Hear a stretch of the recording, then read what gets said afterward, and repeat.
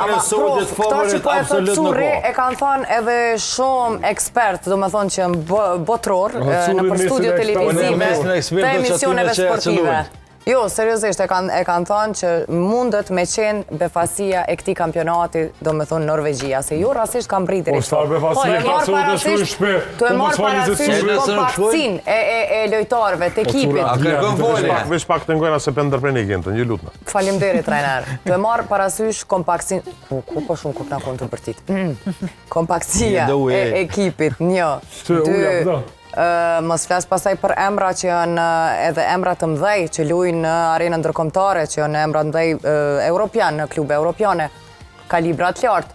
Pastaj etja, do me thonë, ai vetbesimi i Haaland, si është pregadit, qoftë psikikisht, qoftë edhe fizikisht, për këto ndeshje, se prap po e ripërsëris, nuk janë rasisht në këtë pikë ku janë këto. Sot, a është favorit Anglia? Pa dyshim që është. Cilësia e lojtarëve, ekipi madh, del me ta bo, ekipet e mëdha realisht të denojnë në momentet e fundit. Mundet me shku kjo ndeshje edhe pas 120 minutave ku atëherë, nëse veç hapet loja që unë menoj edhe konsideroj që mas pjesës së dytë do të hapet më shumë, atëherë Anglia do me thonë do t'jetë edhe më rrezikshme.